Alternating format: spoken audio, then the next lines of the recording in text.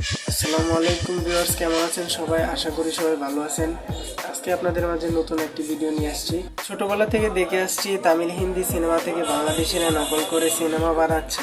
আজকের এই ভিডিওটি দেখার পরে বুঝতে পারবেন যে শুধু সিনেমাই নয়, তামিল হিন্দি মুভি থেকে শিখছে নতুন চুরির কৌশল।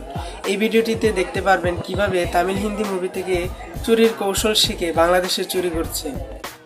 দেখতে পাচ্ছেন এই সিনেমায় একটি গ্রাম রয়েছে, যে গ্রামের উপর দিয়ে একটি পাইপলাইন চলে গেছে। পাইপলাইনের মধ্য দিয়ে ডিজেল পেট্রোলের কাঁচা তেল চলে যাচ্ছে এবং ওই গ্রামের একদল লোক এই পাইপলাইনটির উপরে একটি কুঁড়েঘর বাঁধে এবং এটার ভেতর থেকে বিভিন্ন কৌশলের মাধ্যমে কাঁচা তেল বের করে চোরাই বাজারে বিক্রি করছে এবং সরকার কিংবা প্রশাসন, আইন প্রশাসন কেউ সেটা খবর পাচ্ছে না।